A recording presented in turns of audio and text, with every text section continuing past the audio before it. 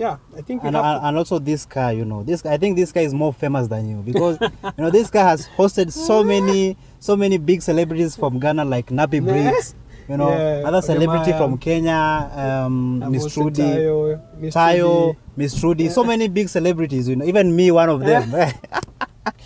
You're a big person, and you're going way far, and I really like how you really added a great value in Odemaya's content when you came the editing. Thank you so much. It really changed in a big way.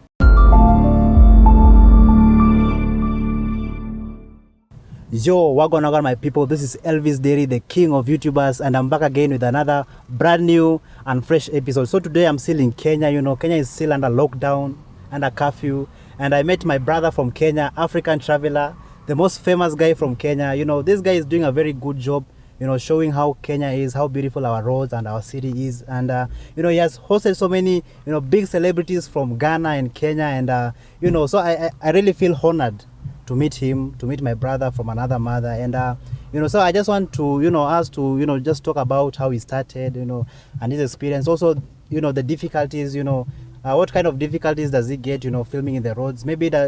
Maybe does he get into trouble with the police, Do you get trouble with the police? And, you can never miss that. So please, introduce yourself and, and just tell people what you do and, who are you and all that. So what's up, guys? I'm African Traveler. So you can go check my channel. It's African Traveler with a K. Yeah, I'll put the links down below. Yeah, just put the link down below so that they can follow. I'm not the most famous guy in Kenya. No, but I want to be there. Probably one day I will be. So, so my journey is just showcasing Kenya from the street level. I just started incorporating drone view the other day. So the journey, the reason why I started my channel was while I was very young, I was really interested to understand how the country is, especially Kenya's and so many other countries. But in my country, you used to miss a lot of road views, city view, even if it's like I wanted to understand how does Homa Bay look like? Yeah. How does Malindi feels? Lamu, Diani. I wanted to know Nanyuki. I wanted to know, because some of this area I had never stepped my foot on. So wow. And whenever I went online, I would only see pictures, very shady pictures, someone with a family or in a hotel, and then especially coastal area, you could only see hotels. Yeah, so like people did not explore on that area too much. So and I feel there was a gap. I wanted to know how these towns feel. Yeah. So I grew up, and the interest in me never ran out. Yeah. So that's why I started now. So the first time I went to Mombasa, and I was in an Uber, and I said, okay, this looks good. I think that time the city, Joho had done some good job in terms of renovation and stuff. So I said, okay, let me just take and this. And for those people who don't know Joho is the governor of Mombasa. Yeah, Mombasa, yes.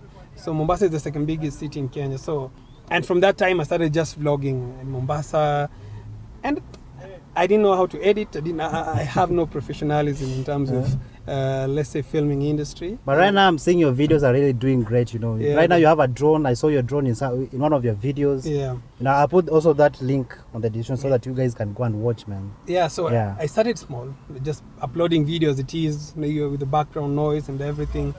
Then with time I kept on posting, and it just got momentum, and that's why guys started following me and requesting for more.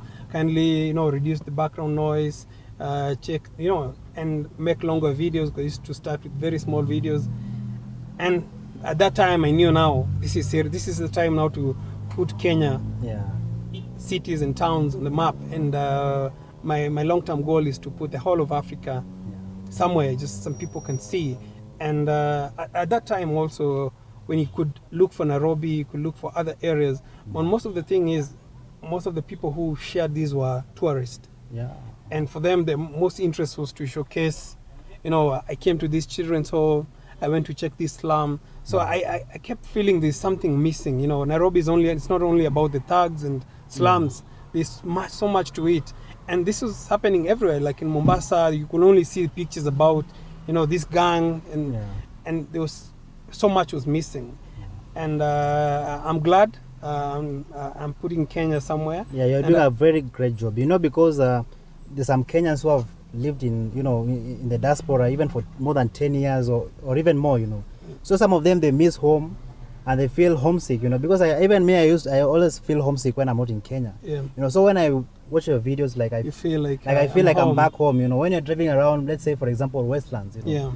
It brings me memories because you know I've been in Westlands when I'm in Kenya. Yeah. So it gives me, you know, memories. You know, I know this is that supermarket. I used to go to this supermarket. You Yeah. know? So it makes people from the diaspora connect back home. Yeah, I see guys Yeah. as old as 60 years watching the channel and saying that I was in Kenya in 1973. I was in Kenya in 19, and this area is really transformed. Yeah. And from their stories, you know, it sometimes really touches me, and I'm like, wow.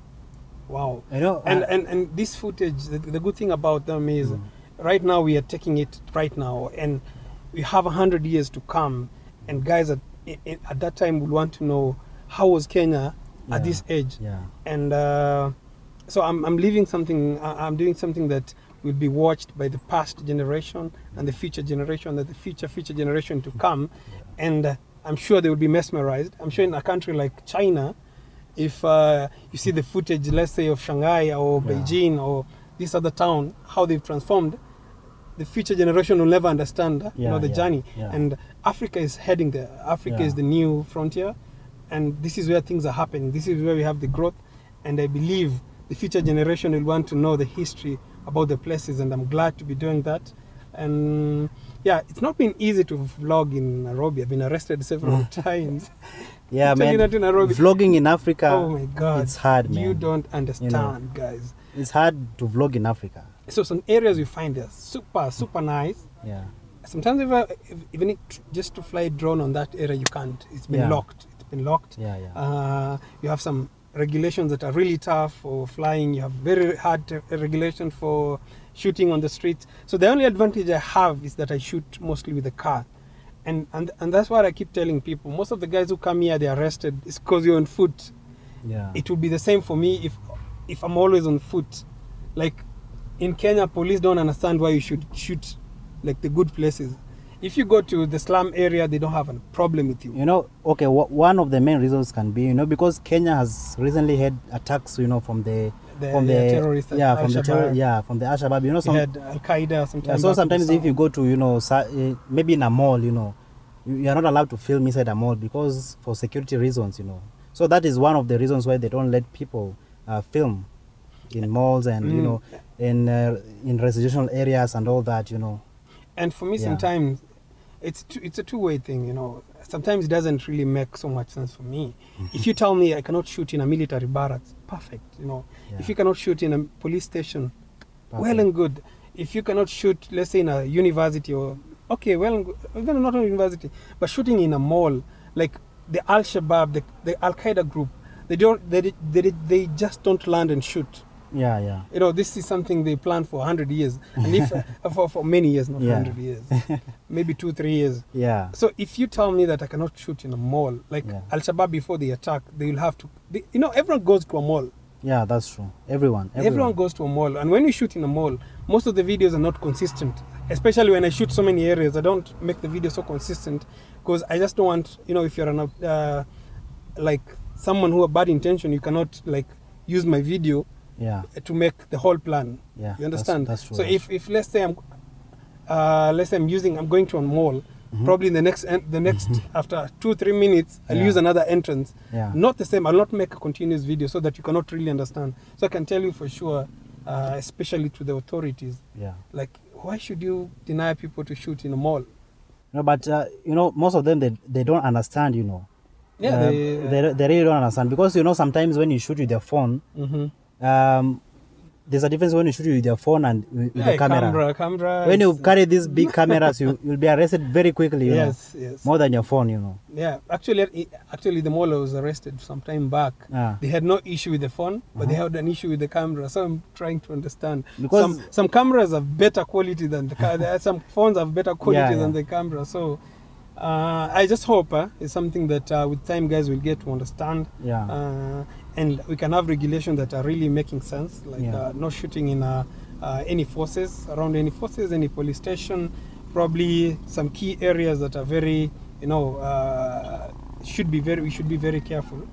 But some areas where there's no restriction for common mwananchi or any citizen to go in, it doesn't make sense at all for me, because the terrorists will come, they will go as customers, they will, you know, they will infiltrate the security, because they need security to understand all the, you know, key areas, because you can't just come and attack a mall from a video. You need to understand, you know, all the key areas they look at. I don't know which, but I hope with time things will change. Because we need to change the narrative about Africa. And guys only see the slums, they only see the bad areas. Because, you know, Africa is still unexplored, you know. In a big way. Because, you know, Africa, you know, when people come to Africa, they only show the slums and how poor people are, but they don't know that we also have, you know, big skyscrapers, you know, nice cities. And that's why when you go outside there, guys are asking you, do you live on trees? You know, they only see wildlife and probably the slum. Or they think, okay, if you have grown from the forest. Do you have a pet lion in your house?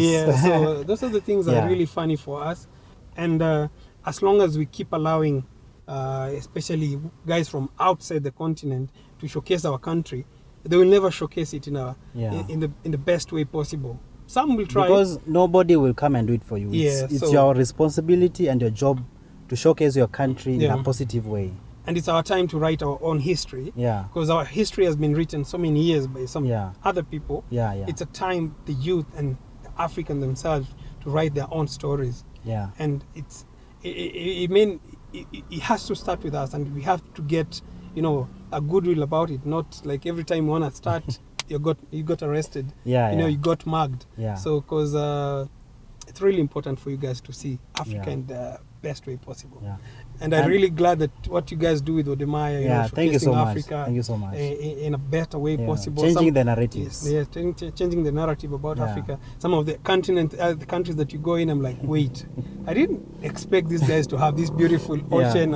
Africa is beautiful, man. Africa is beautiful. And, you know, also me, when I said traveling within Africa, like I was so surprised, like really?